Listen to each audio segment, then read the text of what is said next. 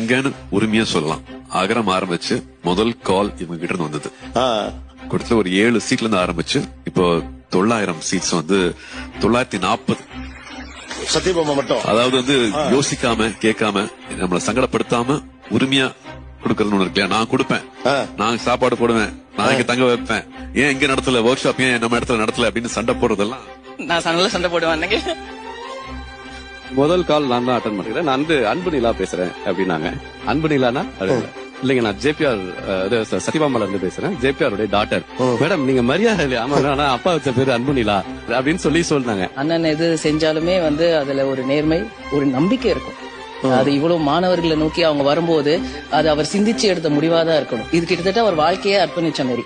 நம்மை போலவர்கள் சின்ன ஒரு ஏணி படிக்கட்டா இருக்கும் போதும் பல மாணவர்களுக்கு அது ஒரு நம்பிக்கையா இருக்கும். அது எனக்கு எப்பயுமே பிடிக்கும். இங்க யாரெல்லாம் சத்தியபாமா மாணவர்கள்? இங்க 1 2 3 4. நீங்க என்ன பண்றீங்க? நான் ஒரு MNC கம்பெனில 3.5 இயர்ஸா ஒர்க் பண்ணிட்டு இருக்கேன். இப்போ கரண்டா டீம் லீடா இருக்கேன்.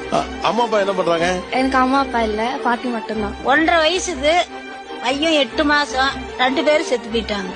அம்மா அப்பா, அவங்க அம்மா அப்பா 2 பேரும் 1.5 வயசுலயே கொண்டு சத்துணவுல உட்கார வச்சேன். நானே தான் தினம் 100 ரூபா 200 ரூபா கூலி சம்பாரிச்சு வந்து ஏதாவது ஒரு சோறு கூட ஆக்குவாங்க. அதெல்லாம் நீங்க செய்யக்கூடாது, நீங்க படிக்கிற வேலையை மட்டும் பாருங்க, என்னால முடிஞ்ச வரைக்கும் பாக்குறேன் அப்படின்னு சொல்லி படிக்க வச்சு இந்த காலேஜுக்கு வர்றதுக்கு வரும் போதெல்லாம் ஆண்டவன் தான் பாக்கணும். சாமி சாமி நீதான் சாமி, சாமி எங்க ஆளால காப்பாத்துனதே நீதான்.